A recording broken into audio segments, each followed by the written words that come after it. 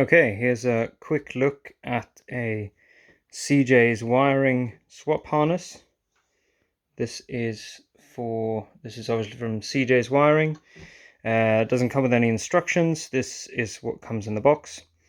This is for a B18 C4 as seen here into an EF, or well, this is an EE chassis, technically EE2 89 Civic Shuttle European domestic model.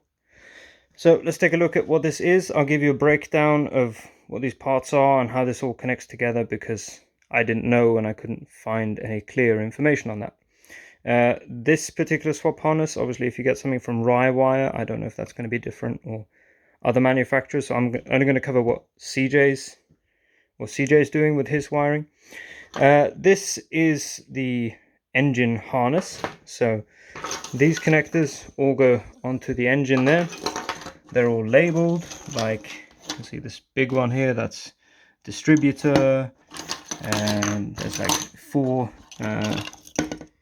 there are 4 numbered injector plugs. I'm running RDX injectors.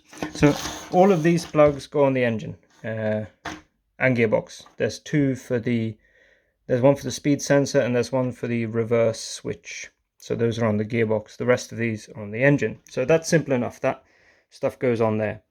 And routing, I think the most difficult one is for the alternator. So I start with that. It's this green one. I've had to change this out because CJ didn't stock my connector. So that's my old connector that I've depinned and reconnected onto this harness. That's the alternator connector. That's got to run from here and then up through. Yeah, so I would start with that one and then work out where the injector plugs go in, and then you get the distributor plugs on, and then you come around here for VTEC, solenoid, and oil pressure switch and whatever else. NOx sensor is somewhere down here. I don't have one of those, but I can't remember which one that is. But anyway, in terms of routing the engine harness, start at the distributor, work out the injectors and then the other sensors. So that's this end that goes to the engine. This end is going to go partly to our ECU and partly to the sub harness, and this is what they call a sub harness. So you can see this wide grey connector here, that one and that one connect together. So that plugs the sub harness into the engine harness. And the sub harness contains a couple of connectors that attach to the chassis. This big round one, which is really long because it's basically running in the engine bay to this shock tower connector here, and then it goes through the firewall there. So that's why that one's really long. So there's this really long one that goes into the shock tower connector. This one, as we've said, goes into our engine harness. And then the remaining ones, these two connect to our old ECU plugs. So we'll go look at those in a second. But those two go to the ECU plugs remaining in the car from the old ECU. And this connects up, if you remember this picture, that connects to this one here. So I've started, I had no idea what I was doing. I've started removing some brackets. I didn't know how much of this I was keeping, how much I wasn't, due to lack of instructions.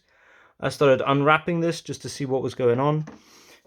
So I've now figured out roughly what's going on in the engine bay. So as we've discussed, that gets connected. This one I have no connector for, so I assume that's not going to be used. So that's not used. This one is the one we've just talked about. That's going to be connected.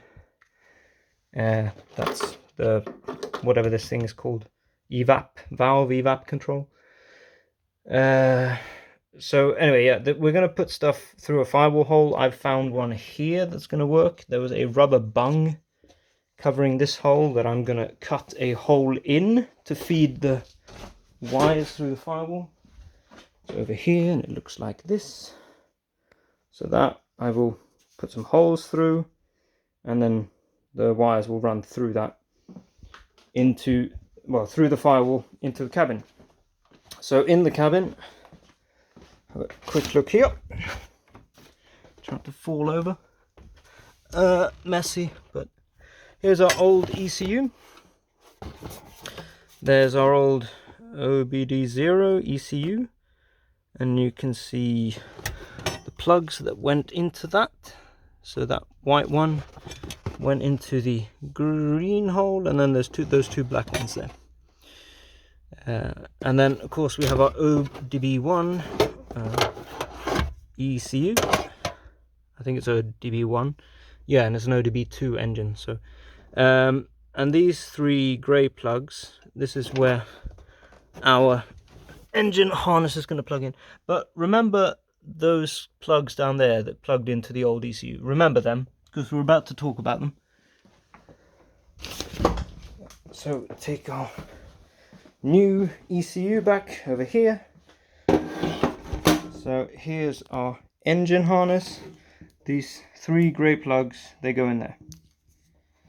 That one there, that small one there, and that big one there. So that's those dark grey plugs, they go into the ECU. And this one goes into our chassis harness, sorry, sub harness, there. And then these two, we just saw the old ECU connectors. These two, which have very few pins in them. This one has 2 pins.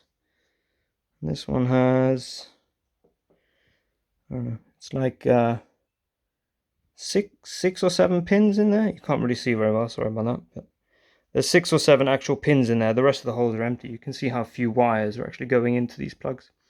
So they connect to the old ECU plugs in the car. So that's basically how it's all going to go together.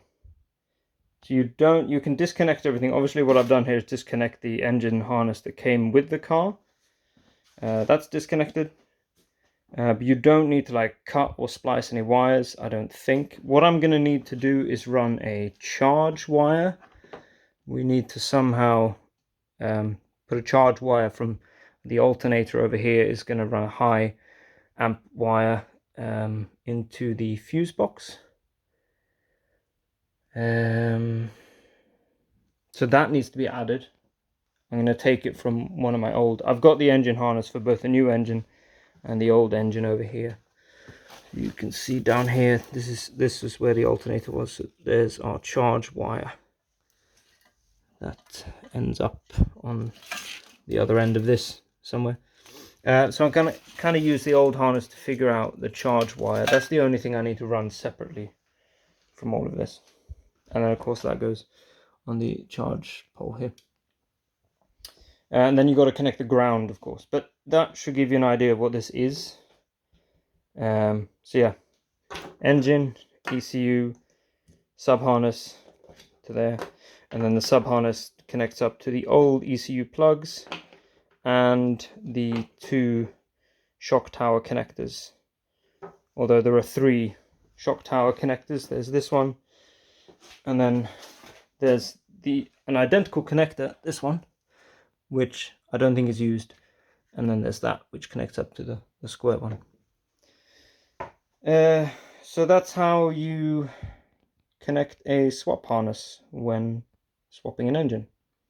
Hope that gave you the information you didn't have, and the information that I wish I would have had a couple of weeks ago. Would have been really useful. Cool. Any questions, pop them in the comments. I'll try my best to answer them. If you can't tell, I'm doing this for the first time, so I'm really figuring this out as I go. Good luck out there. Have fun. Bye bye.